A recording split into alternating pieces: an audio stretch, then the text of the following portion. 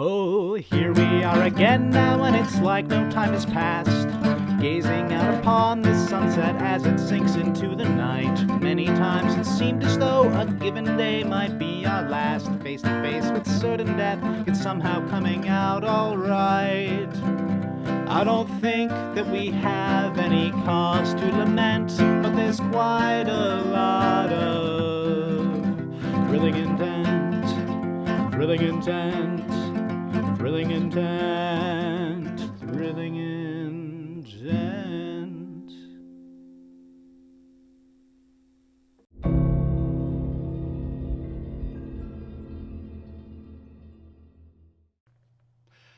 A place where the colors of the flowers ran like water, where one thing bled into another. The sky refracted many times over. It's like viewing the world through broken glass or maybe the eye of a bug. Bit by bit, that grass started to extend its way upwards to the sky, becoming one with the trees, which became one with the clouds.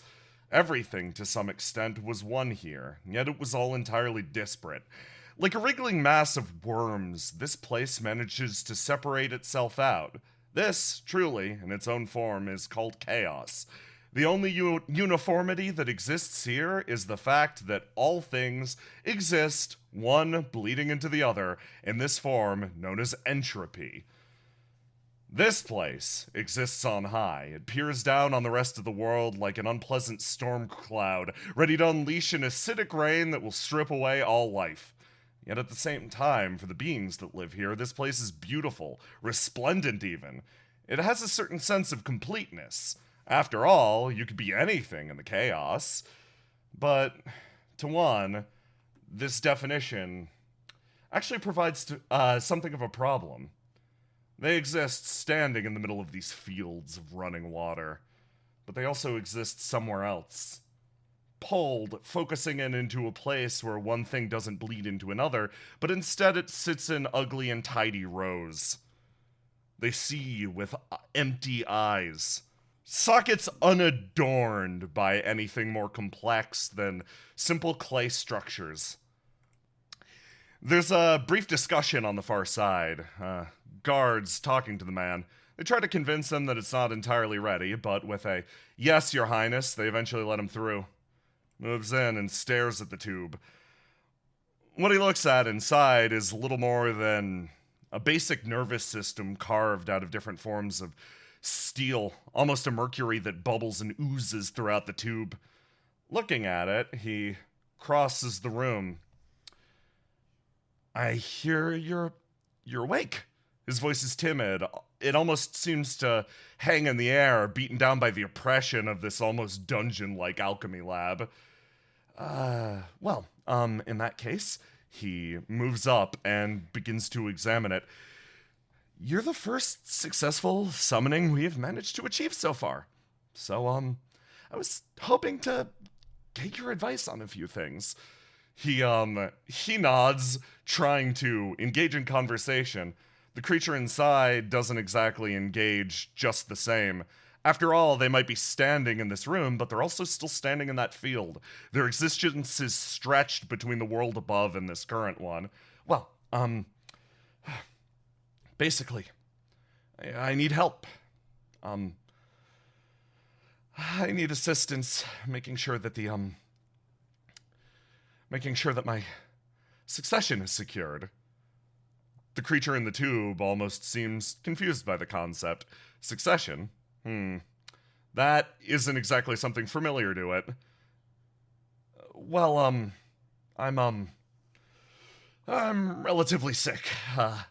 The prince wanders the room, looking at the far corners. Vials and beakers adorn the walls, but nothing quite stands out as much as the runic circles carved into the ground. Countermeasure to make sure that if the creature makes any moves, it will be swiftly annihilated. I need your help because I would like to live," he says, a weak smile on his face. Creature in the tube understands that. After all, it had been a while, but they once lived on this plane before. They felt the air, they felt the wind, They felt the world shift around them. They understand that life has value here, even if it doesn't above. They move in, almost curious at the prince's entreaties. I want to make a deal with you, he says, his eyes suddenly growing serious, determined. I swear an oath. I wish to use your knowledge to protect myself and to protect my kingdom. I apologize for whatever pain and discomfort I've put you through, but I promise you, your knowledge will be put to good use, and then I'll return you to where you came from. He offered a weak smile. It's the last thing that they remember. But that memory sticks with them, as clean and clear as the memories of those great fields. But their connection to that place is gone. They start to stir.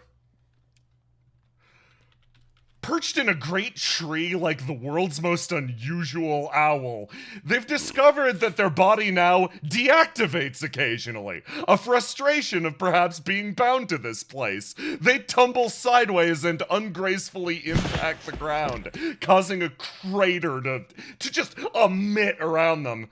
They pick themselves up and consider deeply. Memories of fields where the colors run like wax.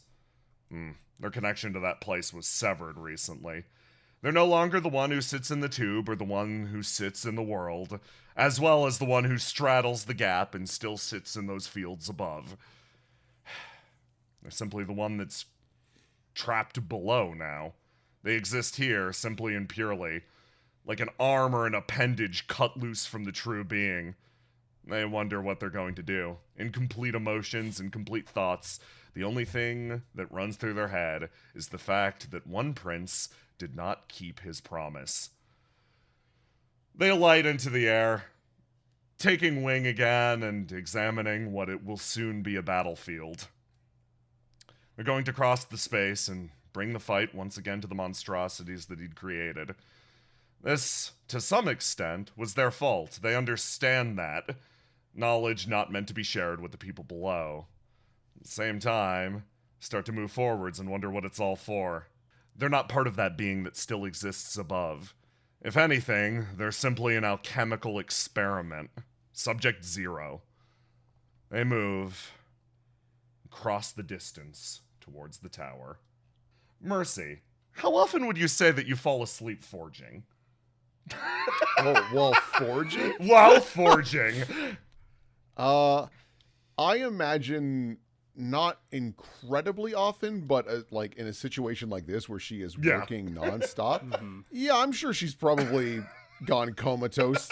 And the worst part is she's so durable that she's probably like tinking away at it with her hammer, has a big yawn, and luckily for her, the last swing she needed is her own forehead just collapsing into the sword.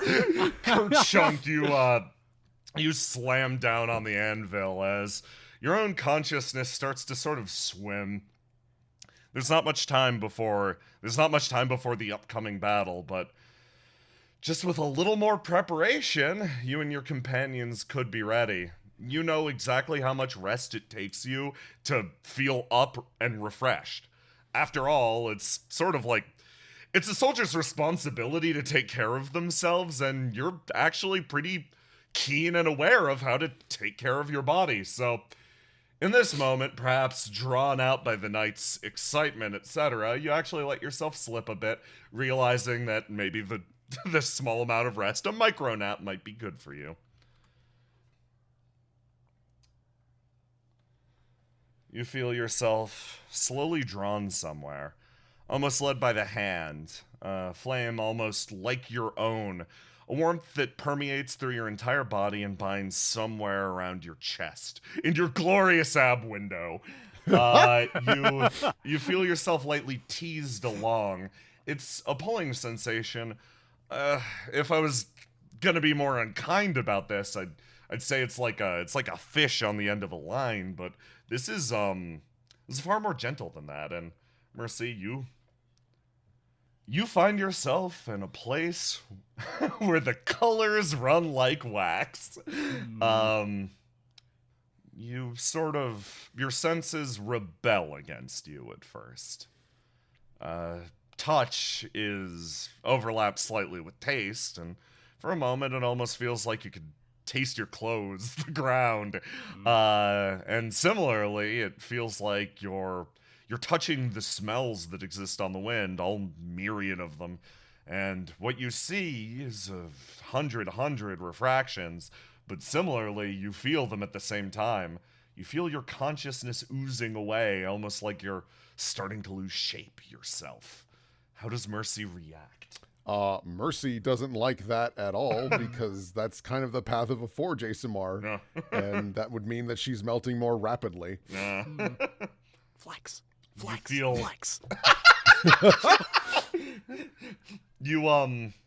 It's funny. You start to concern yourself as you're like, okay, I've got to keep myself together. I don't want to fucking melt down. And then you realize, I guess it's like your sensations finally touch something else. It touches something in this glimmering refracted scape, and you hear a voice actually call out to you. Oh, hey!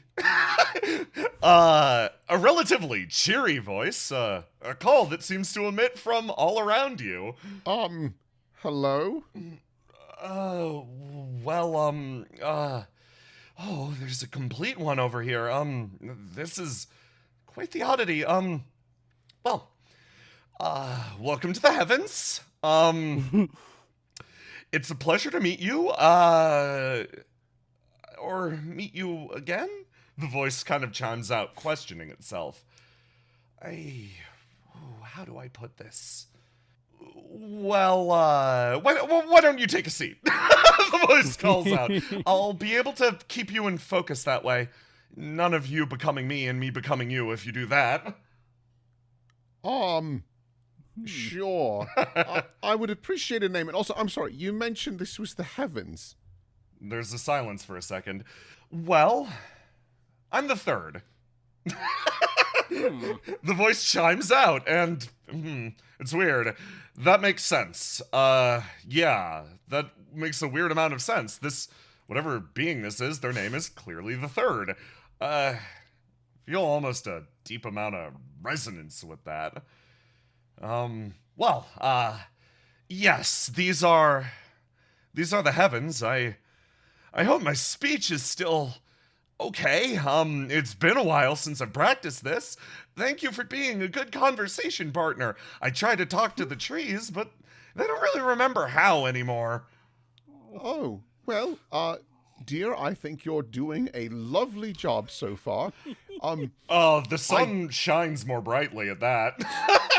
Oh, well, that's nice. Thank you for the little brightness. I'm sorry. I know we've kind of glossed over it. You mentioned with the heavens. I realize I probably took a bit of a tumble while sleeping in the forge. I'm not dead, am I? No, if you were dead, you would probably be becoming one with the rest of this place. Your physical body is still intact and everything. You're just here now. You didn't come here intentionally? Not to be rude, but no. This is, I think, the first time I've been here. Okay. The voice almost like chimes out a little bit. It's like, well, you were drawn here by your angelic soul. It's just a fragment of the power of this place, and your body came with. Normally, on death, that's sort of plucked from you and withdrawn to this place, and it rejoins everything else, and we're colored by all the wonderful and glorious experiences that a person has out there, and eventually you're brought back. The angelic souls sort of return through the ASMR. The voice gets like increasingly excited. Oh, where are my manners? Like I said, I'm the third. I was the third angel summoned. There's like a deep amount of consideration. To some extent, I guess you could say, I'm one of the progenitors of the ASMR. I see. I lent part of, the very first angelic soul, to my progeny. Nice job not dying out somewhere along the way. Oh, well, thank you.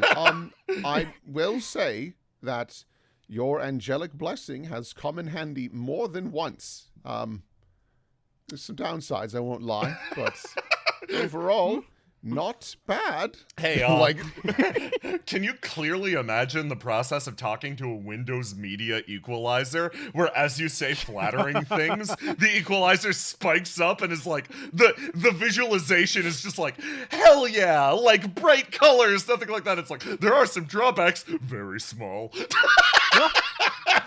yeah, no, I am Mercy now a immediately fractal pit receding into myself. Yeah. Mercy like acknowledges that maybe it gets a little dimmer or maybe a little cloudier, and she puts her hands up. No, dear, I like. Don't get me wrong. I mean, there's pros and cons to everything. That doesn't make them, just because it's a couple bad things doesn't mean all the good is worthless now. It just makes you appreciate the good more, really. A far more tempered, even one that's going back towards you. Okay. I'm sorry. You mentioned that you were the third summoned. Yes.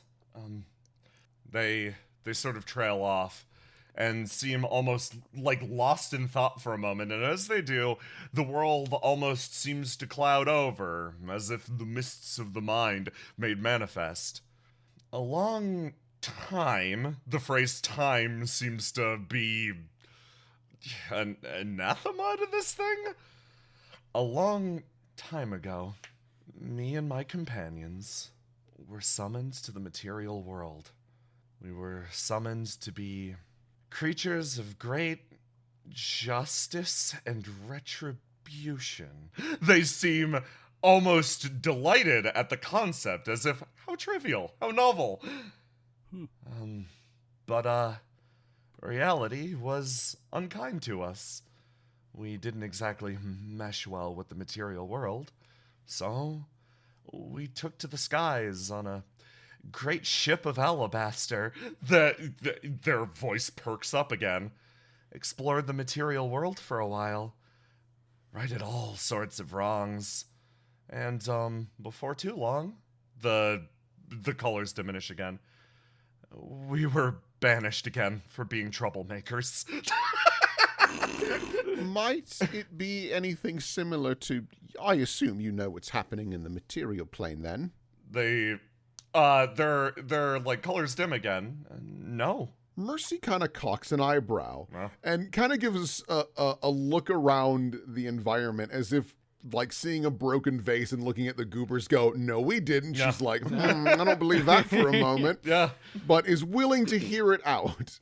The voice goes quiet for a bit and is like, what's happening in the material plane? Well, if you're not aware, a grandiose tower of alabaster, as one might describe it, similar to your ship, came crashing down, or perhaps sprung up. I haven't quite figured that part out yet. In the middle of our, I'd say, grand capital, but there was a lot of jackasses. Just like kind of taps her foot a couple times. But there were plenty of innocent and decent people there who were punished for our own experimentations, apparently. And now, angels and the sort are, well, they're slaughtering many more kind people. There's almost a silence that seems to permeate the area, as if the third is considering this. Alabaster. It's also accompanied by a grand bell. That sounds like our captain. Upset noises that resound through the area. Well, I should like to speak to your captain because I'm a general. I outrank him. The area spikes up again. This time, like, how do I put this? Cheerful defiance? This being, whatever it is, actually reminds you a lot of your twins. It chirps up again and just goes, The first was the captain of our ship, and a ship captain and generals they're very different from what I understand. There are people here who were once generals and captains, but a ship captain does what they want. and then it goes quiet. Oh, I don't know why I'm defending them. It sounds like they're up to no good. I understand if they're your friends, so I apologize if it comes off as rude. The concept of friend, like, you feel like a dog tilting its head at you, like, is like, never thought of it that way. Yes. Friend, a companion, an individual, or looks around trying to process what's happening, or a collective of people, things, entities. The voice that the voice like chimes up and is like, I see. How do I put this? When we're here, we bleed one into the other. We are one long, continuous being, but when we're dragged downwards, we're almost cut up and forced to be individuals.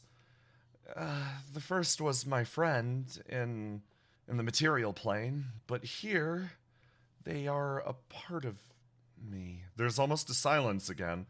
I believe they should be. I'm going to go look for them, okay?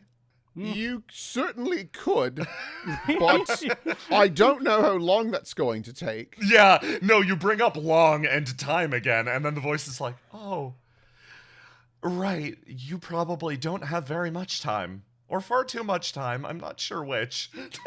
It's really, I don't like how you phrase, you might not have much time, but it is more of a concern that I need to get back and ensure my family and my friends are all right.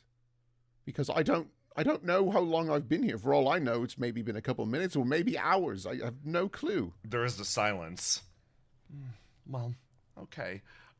You feel your own intention being drawn downwards, almost as if someone's pointing. And then you look at your gut, you look at the ab window, and there almost seems to be a line extending out from you and into this world at large. Almost like a tether connecting you to here. And as it enters the chaos, it almost gets a little stretched, and it almost seems to fuse and become one with it. And the voice, the third, speaks up again. Well, okay. If you need to go, I can probably help you get back. You're still made out of material that this place will reject. So, sending you back shouldn't be too hard, but I'm curious how you wound up here in the first place. While it echoes curiosity, it seems to be mostly concerned. And you feel like almost a dozen eyes pitch in and out into the open, watching you from every angle imaginable. I wish you luck on the material plane. When you perish, part of you will rejoin us here to celebrate forevermore. You feel a chime travel through your very soul as those words are said, and you feel an odd sense of completeness wash over you. You do have a connection to this place, and though the flesh may perish, there is quite literally a beyond. It's just far more roiling and chaotic than you expected. Please, do justice in the world. Do what we couldn't. Mostly we just played around, the voice chimes again. So, if you could do right by us, silence again. And what is that precisely? I feel like there's a lot of context, or more importantly, history here that I might not be familiar with. Our summoning was predicated by a very simple contract. We would be allowed to exist in the world so long as we did good. The people of the material plane wanted to summon good beings. They were so sick of seeing devils summoned, creatures of horrific order and unmistakable evil. There's silence again for a moment. So, they wished to summon beings from above that could potentially counteract that.